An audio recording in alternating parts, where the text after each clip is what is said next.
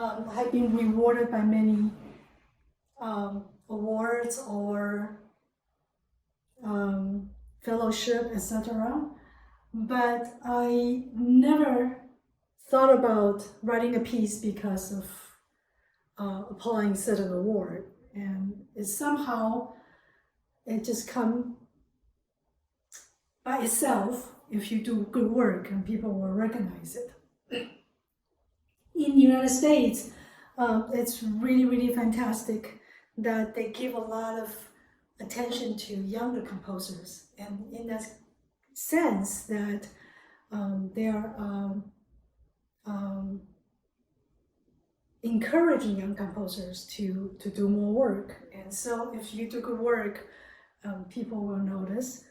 And then I think that should be the focus. And then because after a while, you will not be winning these awards anymore, then what do? You know? So I think the motivation should come from the work itself, than the awards, because that will not sustain. It will come and go, but your conviction and your motivation and your reward should come from the work itself, and I think that sustains me even longer after I passed through this young age of a young composer, which is 30s, in the United States. Now recently it's a little better, maybe 40s. But then by the time you reach to 50 and 60s, so what do, right? So I feel like sustained me a lot better, that I find the work that interests me, and that I find works that help me develop as a composer, and that's always much more genuine and interesting way of composing.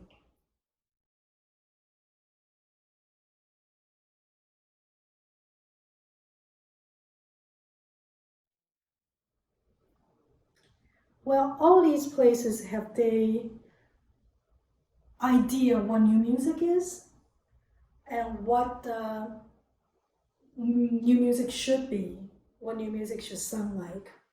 I still maintain myself the way I think what I want to say, not to be bothered or influenced by the outside circumstances and as outside the world thinking the music should be a certain way, because what I want to express is uniquely my personal approach and my personal feeling. So instead of chasing what people want you to be like, I think there's only one person you can please and one person you should worry, that's yourself. Are you happy with what you produce? Since you don't know who your audience is going to be, and you don't know what people is going to be thinking about your work, they like it or not like it. There's going to be people who like your work, and there are people who do not like your works. And so I just, over the year, I guess not over the years, I always never worry about what people think of my works is to their standard or their style. There are disappointments, of course, but still, next day, if I have some criticism, next day I get up, I still continue working.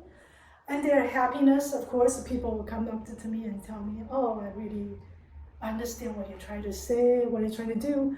I'm very happy. The next day I still get up and work more and say, okay,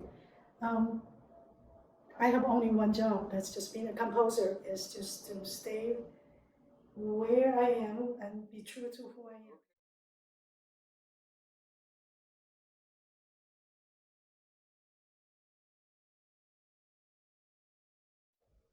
Well, I'm very lucky that a lot of my works are commissions, so I already know people who I will be working with. But over the years, I gradually expand my repertoire to something not just commission, to the works that I'm interested in doing. For example, my current project it's a chamber operatic poem. That's it's not from a commission from anywhere, and so, but that's something I really want to express myself. So I will look into to find a director, to write a librettist, to find a lighting designer, to find a set designer, and stuff like that. So yeah, so and why I'm working with these people, I feel my circle is getting bigger, and then from the bigger circle I go into the next stage. You know, I'm working another project with the same group, and hoping that we'll get to know different people. And we just had a workshop performance in Heidelberg, and we are working with Soundscape. And this is the first time I worked with a musician from Soundscape, and I am so excited, so happy to get to know this new group of musicians. They are really great players. And so each performance, each project, and each encounter you have, you just build on the people you know, and like-minded people. So that's how we do it, by project.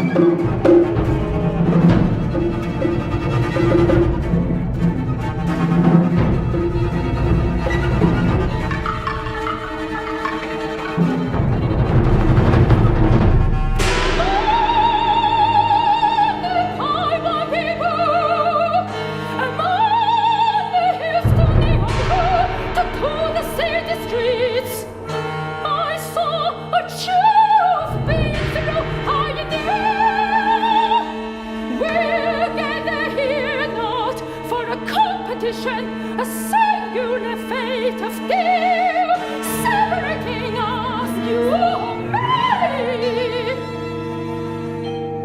Among the highway people, among the hills to the who took to the city streets.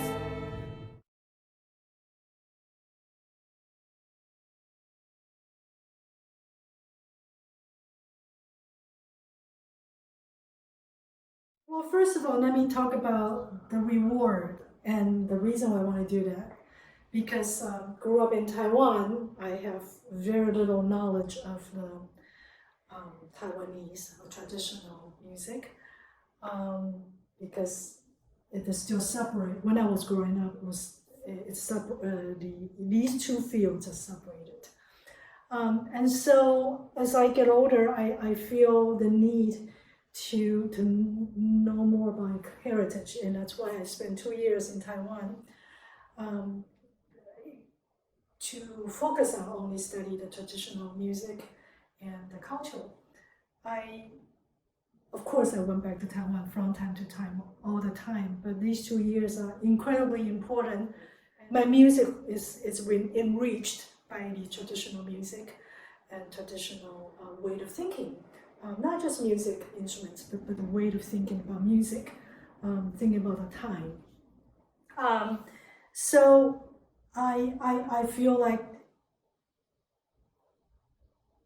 to bring these musicians, traditional musicians, from Taiwan, Asia, or Korea, to United States, be part of my teaching, it's one way for me to continue to learn or to be interested of this topic, and because every time the people coming here, they teach me a lot of things, a lot of traditional music, and not only that, I also introduce it to my Western composer, my students, my colleagues, and it's important for them to know that Asian music it's different, but it's as good, as interesting as the Western music. And so I've been doing this for quite a number of years now, but proactively bringing these musicians to my school and to create an opportunity for my students and for myself, for my environment. I actually offer a course. It's called Classical Contemporary Cross-Cultural Asian Music. I've been offering that for 7-8 years now, and it's been really amazing to be able to continue to work with the traditional musicians and to continue to think about how would I incorporate the traditional music in my Western training music. The difficulty, of course, is funding. It's very easy to have artistic ideas. Everybody can have artistic ideas, but to have the funding and the support to help to bring your ideas into fruition, that is a huge challenge. And it's year after year I have to find funding and to do this. And my school is extremely Western focused school. We have amazing musicians. We have amazing facility, but we don't have much funding. And so that is my biggest challenge.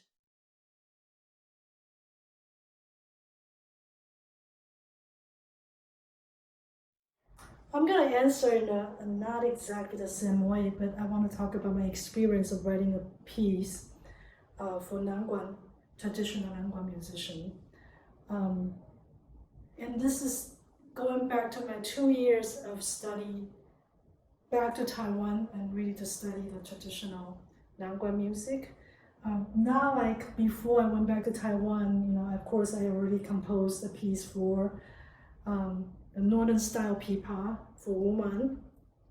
And then I also composed another piece based on Nanguan folk tune melodies, Mei Hua Cao, and that's what I would say that's kind of indirect method in the library. You listen to the melody, you do research about that, about what is Nanguan music, and so I composed 2 pieces of related to these kind of traditional music already, and I somehow do not feel that's kind enough.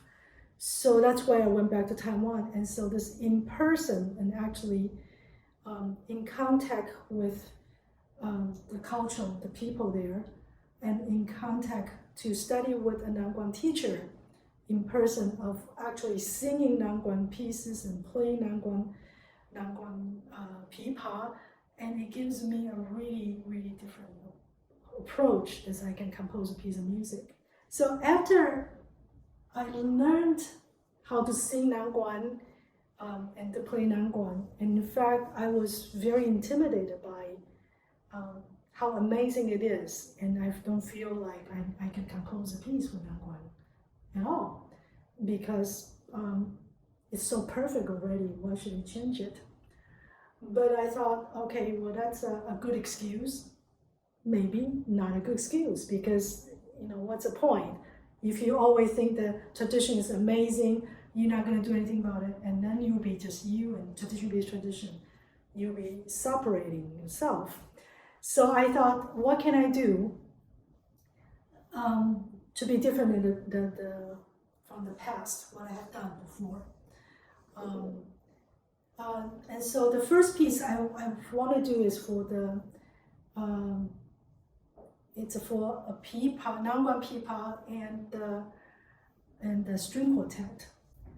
So unlike for this piece, unlike my earlier approach, which I turn woman as a avant-garde performer, in this piece, because the performer, traditional performer, Nanguan performer does not read the Western notation, and so me, composer, and the performer, the string quartet performer, has to go to her. So I told the traditional Nanguan player, Ye Meihui, you just do exactly what you do, and she played from the traditional notation, like the Chinese notation with the characters and the temperatures, and we will go to her to surround her in a way that is making her feel like she is important, and then yet we are just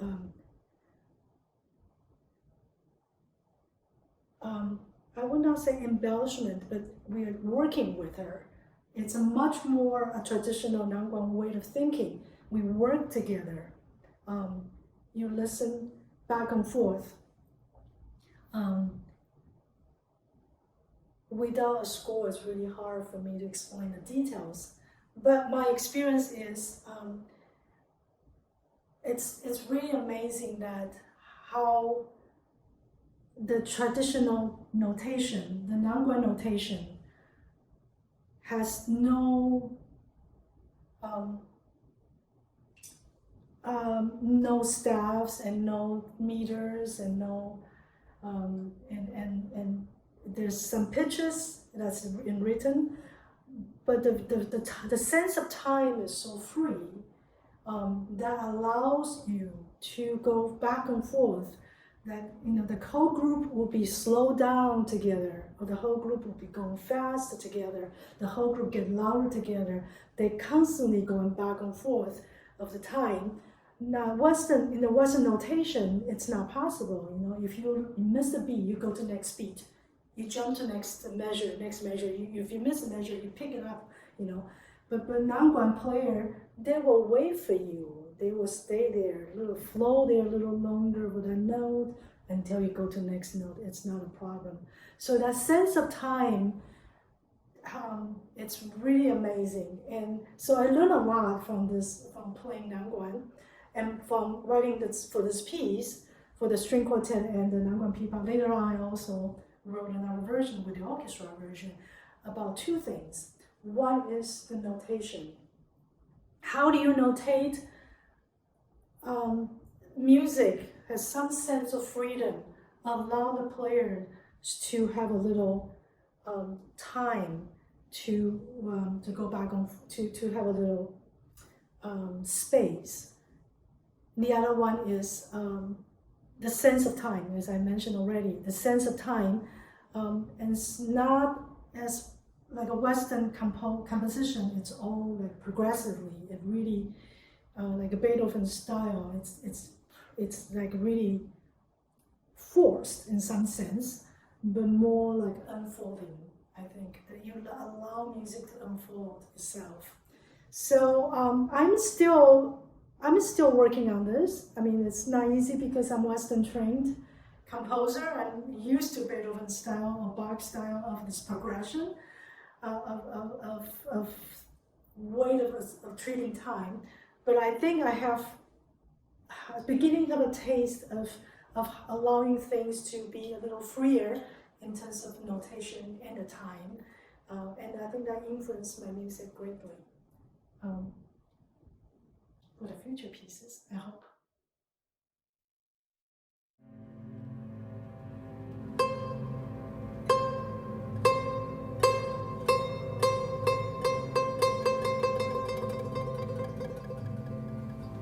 Hãy subscribe cho kênh Ghiền Mì Gõ để không bỏ lỡ